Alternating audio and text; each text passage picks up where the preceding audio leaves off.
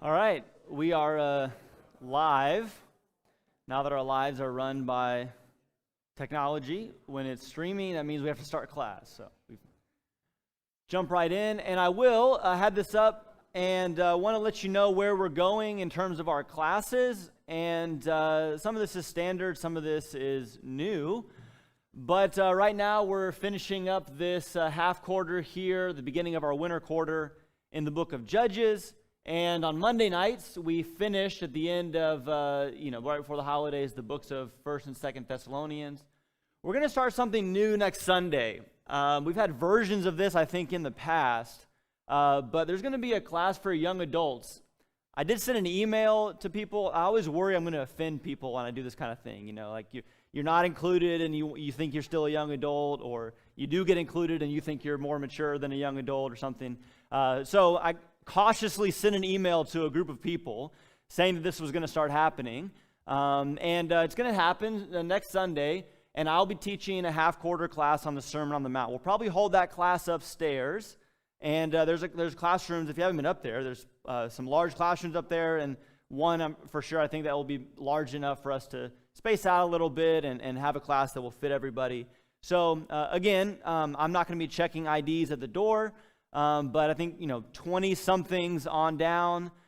So again, it lets you be the judge of that, whether you want to participate. It would be helpful to know and hear from you if you want to participate. Either, send me a text or an email or talk to me afterward. Just have a rough sense of how much material to print, how many booklets to have. But that'll start, again, next Sunday the 17th. And then there's a full schedule posted on the bulletin board of all of our classes for the year. But that will hopefully continue perpetually with different teachers throughout the year. And then while I'm doing that, Alex and Justin will be in here in the auditorium teaching the other adults, we'll say the old adults, but the other adults in the book of Galatians, again, starting January 17th. So that's where we're going from here, which means we have today and Wednesday night to finish up our study of the book of Judges. I think there probably are still handouts on the back table, but it's the same handout from Wednesday.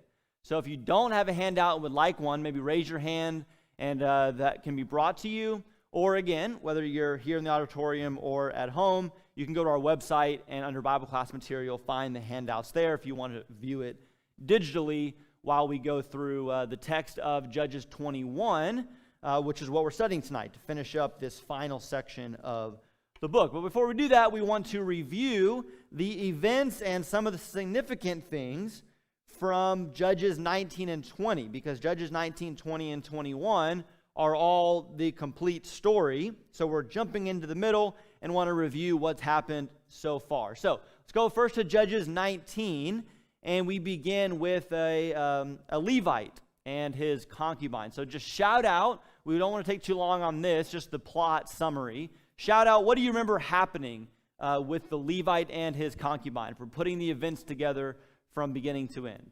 What do you got? She runs away to her father's house in, anybody remember? Bethlehem of Judah. Okay, so what happens next?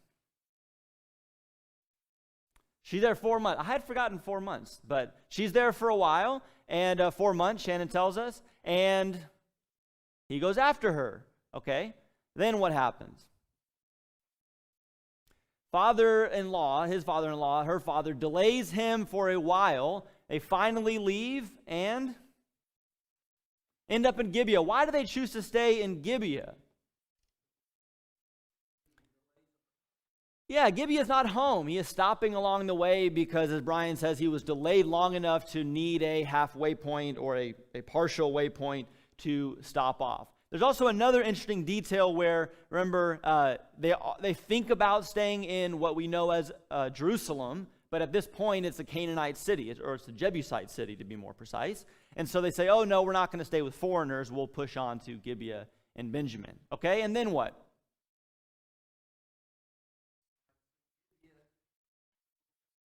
Yeah, and there's a step in between. Lucille, did you say? Yeah, the old man puts them up. Remember, no one is willing to host them, which is a crime in those days. would be a crime against society to not, as a city, offer hospitality to a visitor who's in town. But an old man who's actually not from the city himself takes them in, and then as Brian says, the men of the city show up that night wanting to rape the Levite, and so instead he throws out his concubine to them, and chapter 19 of the story ends where? Where are we at the end of chapter 19? I shouldn't say where. I mean, like, what's the final kind of where do we leave the story? Yeah, she's dead. I didn't mention this on Wednesday. There's actually a question about this. If you notice, when he comes out in the morning, we talked about the lack of humanity shown by this Levite, basic humanity. Not to mention this was a wife of sorts to him that he does not seem to care about. But there's actually even a question about when it is that she dies and why. So notice that in verse 27, she is lying in the morning with her hands on the doorway as if she was trying to get back in. Verse 28, he says, "Get up and go," but there's no answer. And so he placed her on the donkey, arose, and went home. And then verse 29, he entered the home, he took a knife and started cutting her into pieces, okay? So by the time he's cutting her up to send her out to Israel, she's definitely dead by that point. But there's actually a question about, was she dead on the doorstep or did she die in transit, right? Like, she was still hanging on, but his lack of care for her, okay, just threw her on the donkey and then they leave and she's dead when they get home. And then that's when he's like, oh, I can't believe I've been deprived of property and I'm going to send this out as a witness to the other tribes to get them to take vengeance. Okay, Brian, you said. So that she died. Verse 5. Yeah, verse 5 of chapter 20. The report is, they ravished her so that she died. I will say about the report also makes him look better than the original story does, because in the report he says, "They arose against me and surrounded the house at night because of me. They intended to kill me. Instead, they ravished my concubine so that she died." Doesn't that make it sound like they were threatening him and he's like, I got away, but unfortunately she didn't make it? Okay, what really happened? He threw her out to this ravenous mob. And so the report, other things about it kind of make him look maybe better than he should. But point taken, Brian, that the summary does seem to suggest that these people, these men of Gibeah killed her, but there even is some question about that. Okay, so then, moving along, pressing forward here. So in chapter 20, they call this council together, and what did they decide to do? The tribes of Israel that have seen the dead woman's body and heard his recounting of the events, what do they decide to do?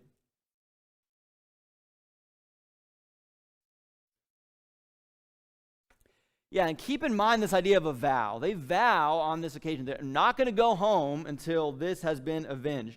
By the way, write down, maybe you have a note in your Bible, but I think I had it on the PowerPoint on Wednesday, not on this one. Deuteronomy 13. Deuteronomy 13, write that down and look at that later. The law actually stipulates, it's more in the context of idolatry, but it uses a similar phrase about worthless men that is used about the men of Gibeah in chapter 19. But it talks about if there are worthless men that stir up basically a city to engage in idolatry, that you should take full vengeance against that city and destroy the people and actually devote the city to destruction, which means, like they did to Jericho. It's under the ban and you destroy everything in it. So there is precedent in the law for taking this sort of corporate action, so to speak, against a city that has committed evil, okay? Perhaps like this. So they decide they're going to do this, right? Why do we say 11 tribes gather and make this vow? Benjamin is not in on it. In fact, since it's their people in Gibeah, they refuse to give up the people, give up the men. And so here we are, we're lined up now for battle. Benjamin, by the way, is a very kind of tough and a well-known fighting tribe. And they have all these guys that are left-handed, because remember, Benjamin, the name means son of my right hand. So naturally, they have all these left-handed warriors. and they can sling that stone. That's not a small thing, by the way. And you know, the David and Goliath story, maybe we think, oh, it's just a miracle that that little pebble, you know, hit Goliath and killed him. God is definitely involved in that story. But we're talking about a stone the size of a baseball that could be flung at like 90 miles an hour. And it says here about hitting a hair and not missing. So I don't know about you, but 700 guys that can sling a stone like that 90 miles an hour, that's a pretty formidable force. So the battle is set. What happens in this battle between the 11 tribes and Benjamin?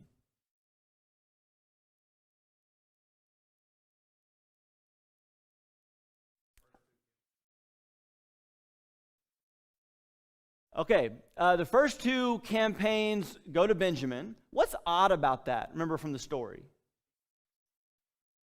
Yeah, God, oh, those came out at the same time. John, I feel your pain. The 11 tribes go to God and say, should we go to the battle?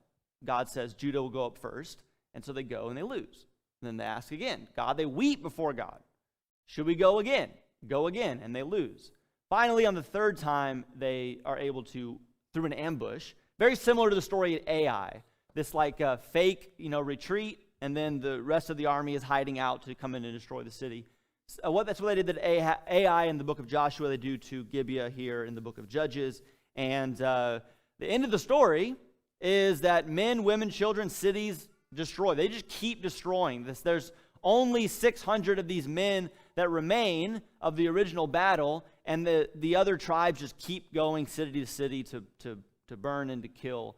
And so now, basically the tribe of Benjamin has been utterly destroyed. Okay, we'll pick up there in just a second. But let's talk about the significance.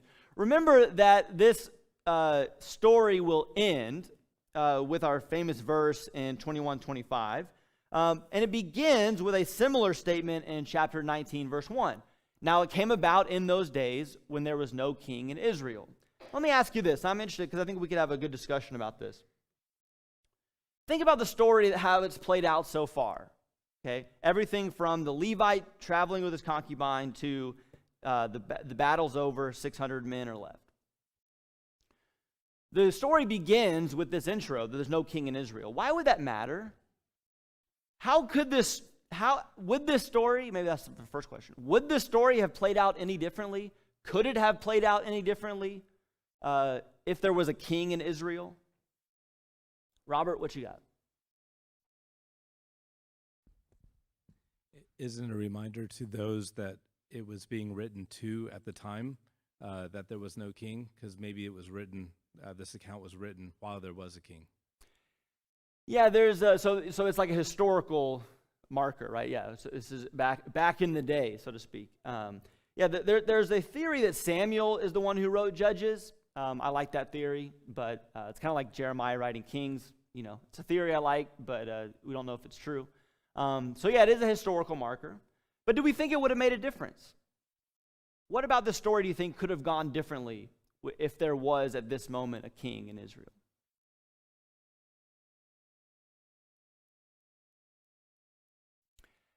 Is it possible, I'll let Brian answer, is it possible that the story would have played out differently had there been a king in Israel? If so, how? Brian? Well, I'm guessing the king would be the government, which would be the ultimate authority within the nation of Israel. And it would seem to me, particularly if you had a righteous king, that he would have, he would have invoked Deuteronomy 13 and would take in control of the situation. I don't know that it would have stopped the Benjamites from doing what they did in Gibeah, but it would have brought retribution against them, against Gibeah. And I assume Benjamites would submit to their king. Okay. So Steve's next. Brian says that may not have stopped the crime, but could have stopped or enacted just retribution and avoided the rest of it. Steve? The problem has always been that the people do not respect God's leadership. They wanted a king. They had a king. God was their king. And so they didn't respect, God as their leader, whether there was a judge over Israel or a so-called king. So you think it would not have made a difference? Okay, this is great. Now we have Steve and Brian pitted against each other. This couldn't get any better. So, yeah. So now we need a tiebreaker. Anybody want to speak up? A tiebreaker. Would it have mattered if there was a king? All right, we got Michael. It would greatly depend upon whether the Benjamites respected the authority. So there's a very distinct possibility that absolutely would have been different. There's no way of knowing, but assuming that you have a central government that's respected by the people, yeah, it could have been different. Could have been much more limited in the destruction to the Benjamite tribe. Yeah, and there is no way of knowing, of course. And as really all three have said, it does depend to a large degree on the nature of the king or the nature of that leadership. Okay, but I would say that you see in this story immorality. By profanity, I don't mean they're cursing. But what I mean by profanity is the profaning of the holy things, okay? Things that are holy, things that should be set apart, things that should be respected, whether that is the Levite is himself in a holy position dedicated to the Lord. Why does he have a concubine? Why is he engaged in these things, okay? Even something as holy as marriage, okay? Or something as holy as hospitality even, you could say. As we talked about that, how that's viewed. But the holy things are profaned and are not treated with respect. And then, of course, the violence. All these things, they run unchecked by leadership. There's no one to step in and say, enough is enough, or no, this is not okay.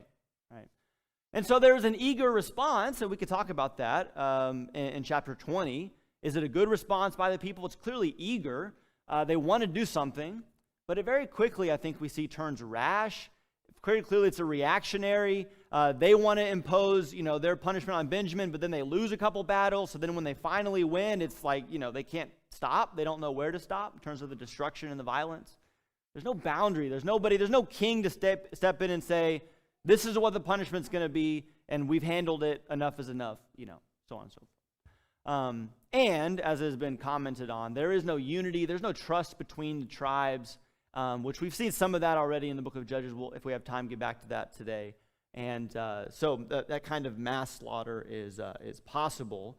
And then we would say that even though God is sought, he gives the nation over to the consequences. And this is not dependent on a king. I mean, we see this even in the time of the kings, that God, even though he may give his word, he may step in a certain situation to speak, he is often willing to let the consequences of the people's sins come upon their head. And I think that's maybe the chief reason why we end up with civil war and a tribe virtually wiped from the nation of Israel. Okay, let's go back to our map here, and then we'll get into Judges 21. So this was the journey from hill country of Benjamin down to Bethlehem to find his concubine. They pass up Jerusalem on the way to Gibeah. This is where the crime takes place. And they meet at Mizpah to talk about this, to make their vows. They attack Gibeah, and then the 600 end up at the Rock of Rimmon. That's their kind of shelter. They can finally be safe there, but the rest of the cities of Benjamin are destroyed. And the rest of these locations will come in later as they go both to Jabesh Gilead and then to Shiloh in chapter 21. So let's read chapter 21. As we read, think to yourself, what is the dilemma here in the story? How do they solve it? And then how does all of it really point to the statement made in chapter 21, verse 25? Okay, Judges 21, I'll read the whole thing. Now the men of Israel had sworn in Mizpah, saying, so this is a flashback, they had sworn in Mizpah, saying, none of us shall give his daughter to Benjamin in marriage.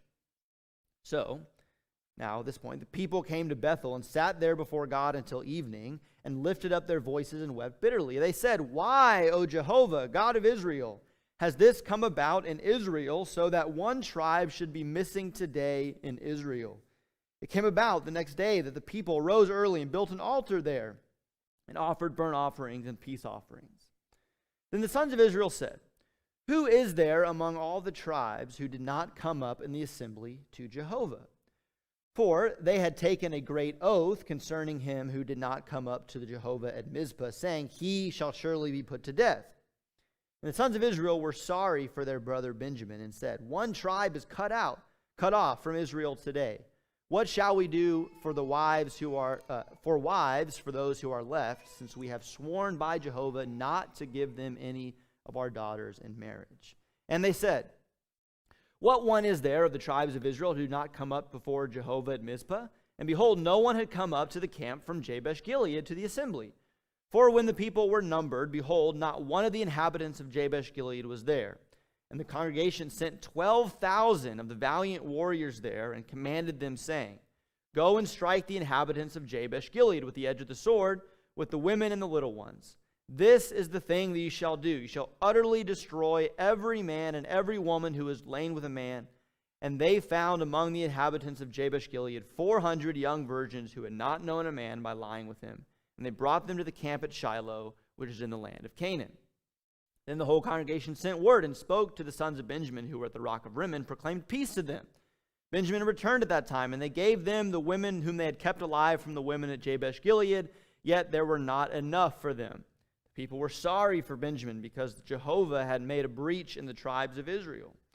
Then the elders of the congregation said, what shall we do for wives for those who are left, since the women are destroyed out of Benjamin? They said, there must be an inheritance for the survivors of Benjamin, so that a tribe will not be blotted out from Israel. But we cannot give them wives of our daughters. For the sons of Israel had sworn, saying, cursed is he who gives a wife to Benjamin. So they said, behold, there is a feast of Jehovah from year to year in Shiloh, which is on the north side of Bethel, on the east side of the highway that goes up from Bethel to Shechem, on the south side of Lebanon. And they commanded the sons of Benjamin, saying, go and lie in wait in the vineyards and watch, and behold, if the daughters of Shiloh come out to take part in the dances, then you shall come out of the vineyards, and each of you shall catch his wife from the daughters of Shiloh, and go to the land of Benjamin. It shall come about when their fathers or their brothers come to complain to us, that we shall say to them, give them to us voluntarily, because we did not take for each man of Benjamin a wife in battle, nor did you give them to them, else you would now be guilty. The sons of Benjamin did so, and took wives according to their number from those who danced, whom they carried away. And they went and returned to their inheritance, and rebuilt the cities and lived in them. The sons of Israel departed from there at that time, every man to his tribe and family. Each one of them went out from there to his inheritance. In those days there was no king in Israel. Everyone did what was right in his own eyes. Okay, so what's the problem as this chapter 21 opens up?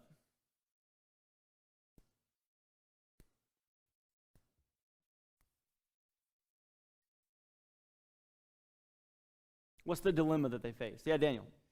They're concerned about the tribe of Benjamin essentially going extinct. Okay, and what's making that problem worse, other than the fact that all but 600 men were killed?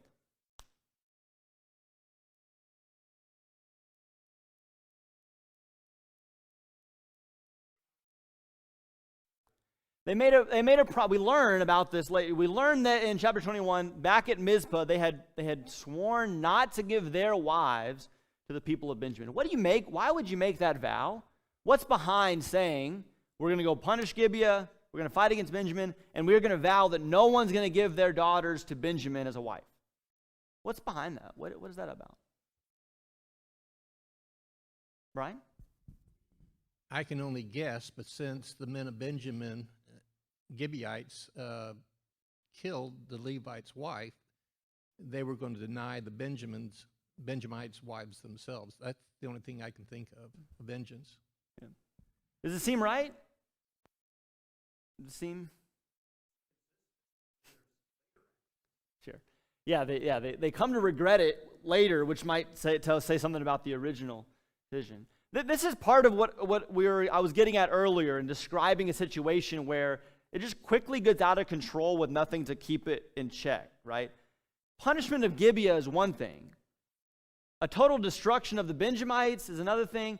And to vow that we're not even going to give them wives after the fact, I mean, we're talking about just a kind of out-of-control sense of vengeance that doesn't seem to fit with justice in the proper sense. Okay? Okay, so how are they going to solve this? There's only 600 men left, and they can't give their wives, and obviously the men by themselves, be a short-lived tribe. So what's the solution? Steve? You know the thing that touches me about this whole deal? Why not just repent? Why not just go before God and repent of what it is that you've done? Confess your sinfulness. Instead of this cockamamie, crazy, ideas to try to get around, well, what's obvious? I guess, I don't know, maybe you can comment on that. Help me out, Daniel. I should have written it down, or I should have looked back for this lesson. I might have had it written down for the Jephthah lesson. There actually is, you remember the story of Jephthah, why this is relevant. There is a stipulation in the law that if you're going to break the vow you've made, you realize it's a bad vow, you can get out of it and then offer something else by way of, kind of making up for that. And so people have wondered, well, did Jephthah not know about that, or, whatever. This is obviously a little bit different situation, but a similar kind of thing. That, to Steve's point, you can't help read this and think, well, you can stop digging your hole at some point and go to Jehovah and say, we've messed up. In fact, if you look back at 21 verse 3, this is their response, and they're weeping, and they're building an altar in verse 4. Okay, so that would make you think of worship. But what do you think of this response in verse 3? Why, O Jehovah, God of Israel, has this come about in Israel so that one tribe should be missing today in Israel? What does that sound like, their cry there? It sounds like it's your fault, right? You're the God of Israel. Why has this thing happened in Israel? Even if it's not an outright blaming of God, there's clearly no recognition of, oh wait, who did this? Who's responsible for the wiping out of all but 600 men and, preventing them from repopulating? Oh yeah, that was us. And so I think Steve's point is fair. Albert, did you have something that...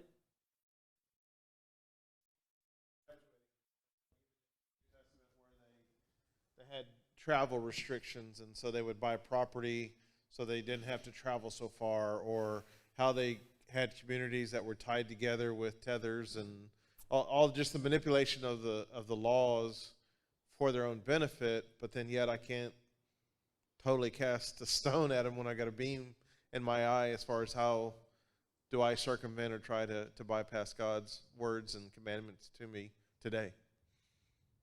So there's a phrase I came across. Someone called this a comedy of correctness.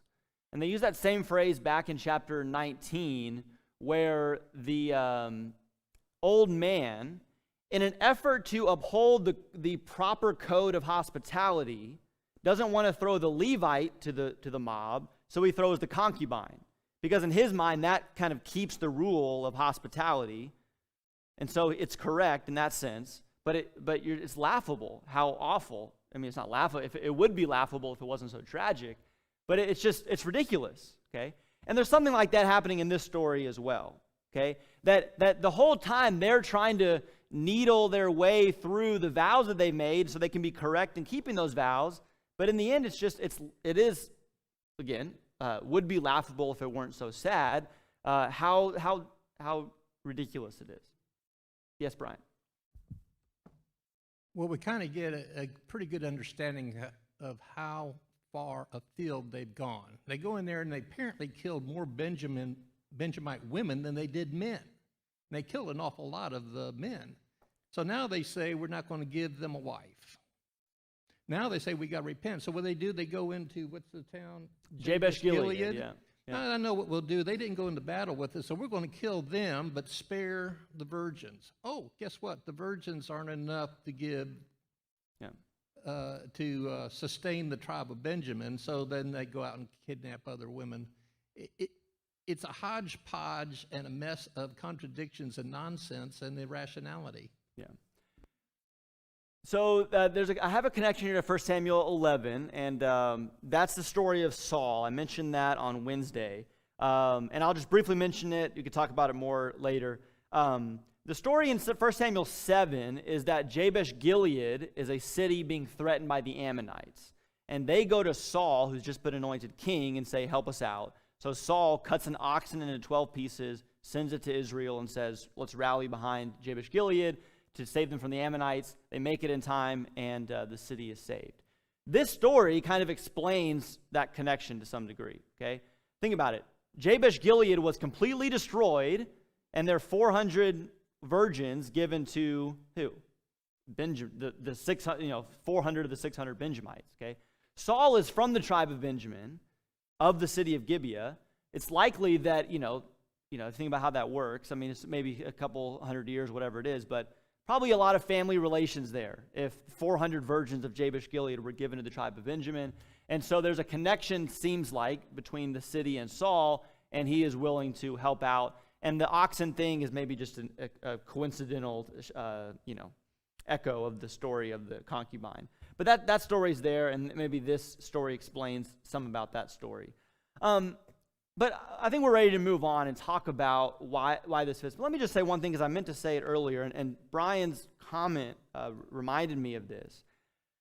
One of the things I think that Judges 19, 20, and 21 shows us is that when a society falls apart, and when corruption and sin eats into society and destroys the fabric of respect and of safety and security and fear of God and all that kind of stuff, who is it that suffers? Who is it that ultimately pays the price? And oftentimes it's the weak, it's the helpless. And in this story, and as in many times over in history, it's women. And that's one of the things you see in the story, right? Who pays the price of the nonsense in Gibeah? It's that poor concubine who's holding on to the threshold. She was helpless to do anything for her. There was no men to stand up for her and protect her. And then, as Brian points out, even the rest of the story.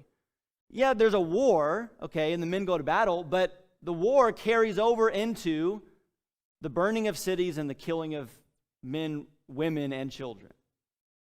And then, even the last scene of the story, and these poor virgins and the dancing, celebrating in Shiloh, helplessly stolen away by these Benjamites in order to, make everybody happy and keep all the right vows.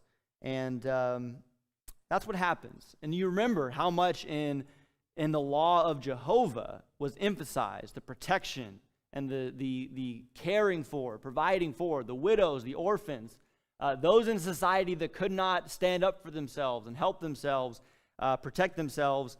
And so when Jehovah's law, and maybe more generally when society crumbles, that's who pays the price. Steve? Daniel, that's exactly right. We have to be governed by principle. And if we have a bunch of passion that's not backed up by principle, then we're going to have problems, issues everywhere, be that in the church or be that in our nation or wherever it is. We must be governed by principle. And to not be governed by principle is to be governed by passion, and what's worse than that. No king in Israel.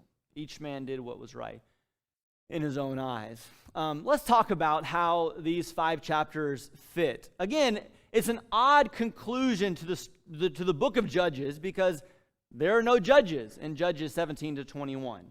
And there's 2 stories that might appear, as the kids say today, random. Why are these 2 stories in here? So let's talk some about that, and we'll approach it from a few different ways. But maybe you'll find this interesting. Hopefully it'll be helpful to explaining some things. Just think about, because we mentioned this, and we've referred to it some, that there is also a prologue to the book of Judges. The first 2 chapters really introduce the story, and then it's in chapter 3, verse 7, that we start getting the episodes of the judges, Othniel, then Ehud, so on and so forth, okay?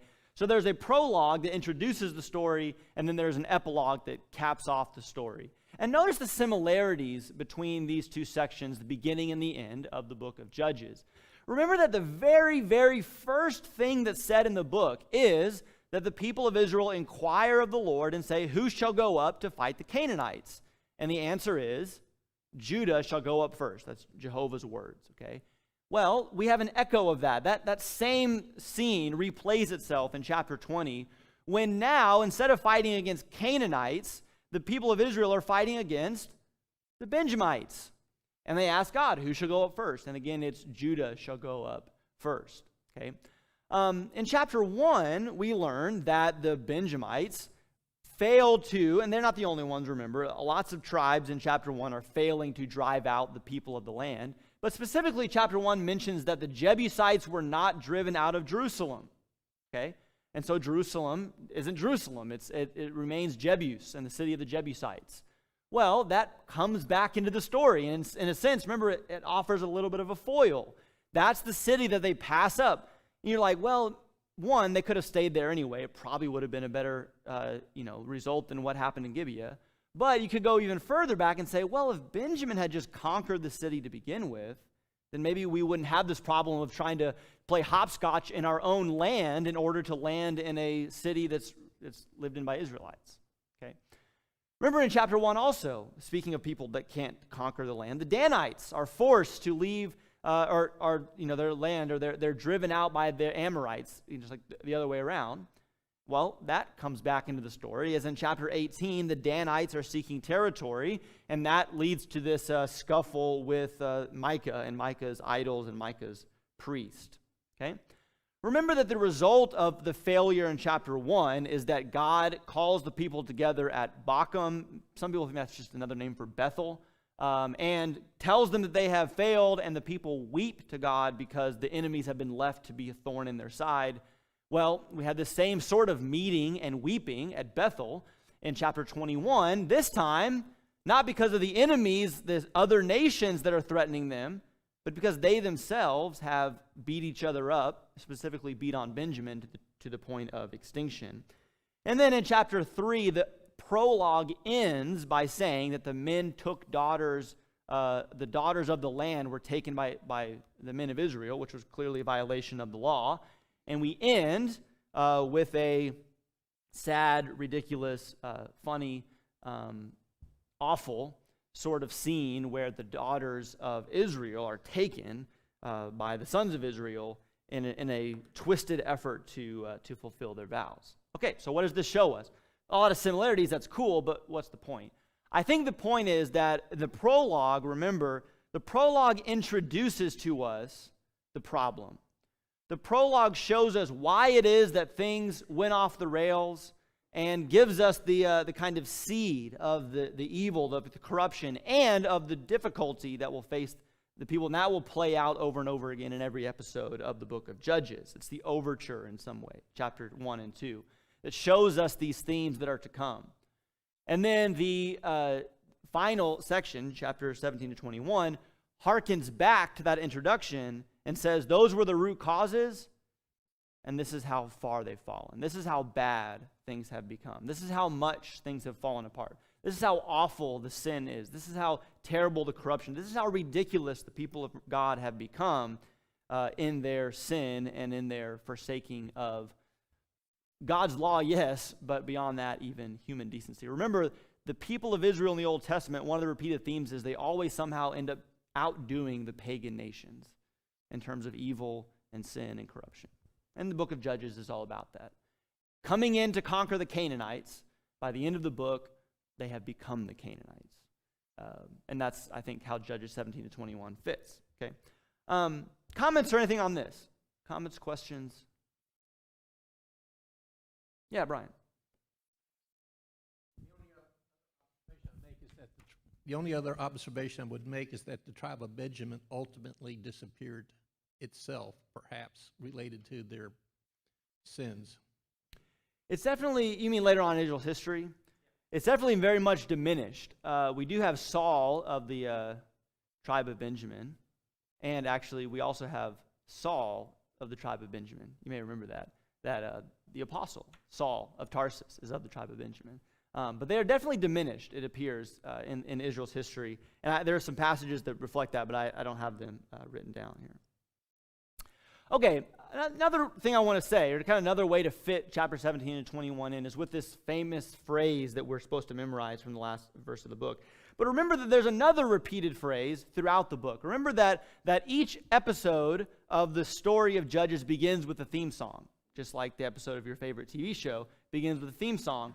And that theme is, the sons of Israel did what was evil in the sight of Yahweh. That statement is made before Othniel, before Ehud, before giving away your review answers. Okay, hold myself back here. They did evil in the sight of Yahweh. Remember that the phrase that bookends the epilogue of the book of Judges is this: in those days there was no king in Israel. Every man did what was right in his own eyes. That idea of eyes, of sight.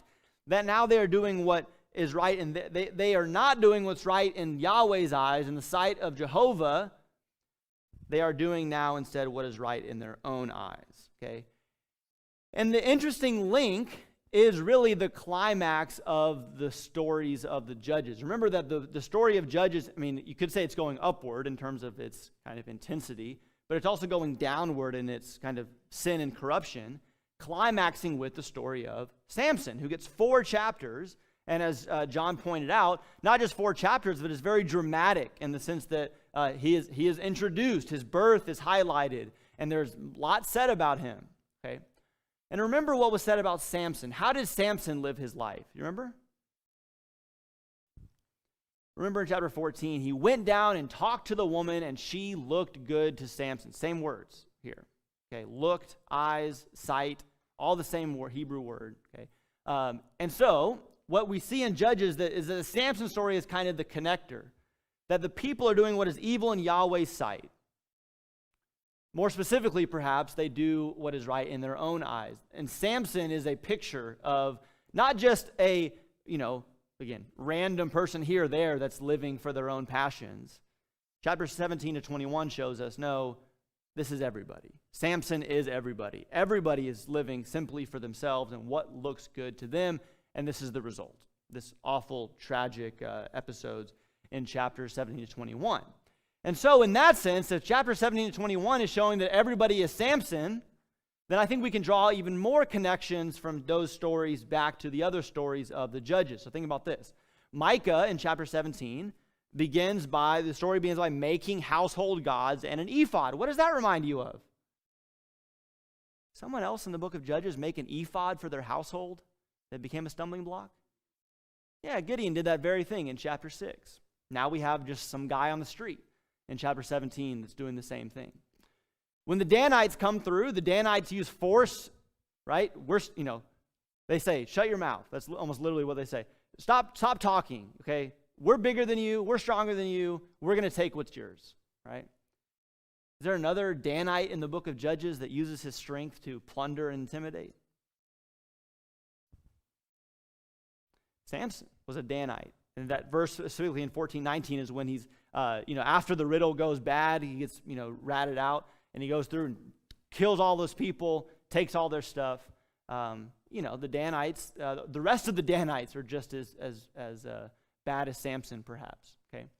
In chapter 19, a man's daughter is innocently and tragically killed. Is there another daughter in the book of Judges that comes to an end in a tragic way through no fault of her own? Yeah, Jephthah's daughter in chapter 11. The tribes go to war with each other in chapter 20.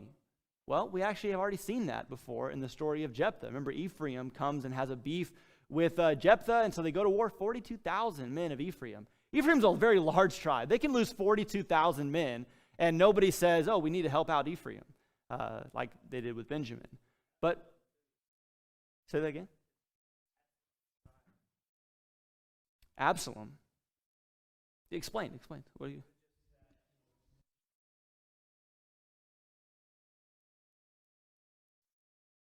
Okay. I'm not following because I think I'm just not up on the story. You have it in your head, and I'm not remembering the story well enough. But see me after class. I'm interested. Yeah. I'm just forgetting the story, so the details are not connecting. Okay. Okay. And remember in chapter 21, the part of the solution for the end of the Civil War is, well, Jabesh-Gilead didn't help us out, so we're going to go teach them a lesson and then take their women, right? Well, Gideon did the same thing in teaching a lesson to the 2 cities that didn't help him out, disciplining them, tearing down a tower, killing people because they didn't help out with the pursuit of the kings of Moab. And then finally we end with the virgins that are celebrating at Shiloh, and then they're caught and offered up to be given as husbands to the Benjamites, which is a kind of an odd. Remember in the story of Jephthah, you're like, why do we have this story of the women celebrating, the virgins celebrating Jephthah's daughter every year? Why does the author tell us that? I don't know. Maybe it's to then foreshadow this point, but the dancing of the virgins that are celebrating, but it's a very kind of melancholy and then kind of, what's the word? Sad, twisted sort of celebration, or celebration that goes horribly wrong as they are taken to meet the purposes of the tribe of Benjamin. Okay, so what is chapter 17 to 21 doing? Well, it's showing all those stories of the horrible leaders of Israel, and this is what all of Israel has become. Okay, how far they have all fallen. All right, your final exam is on Wednesday, and so these are the objectives that you'll be expected to recite or to account for, and we'll go from there and do a more thorough review and talk about some of the themes in the book as well, and hopefully bring it forward even to Christ. Okay, thank you so much.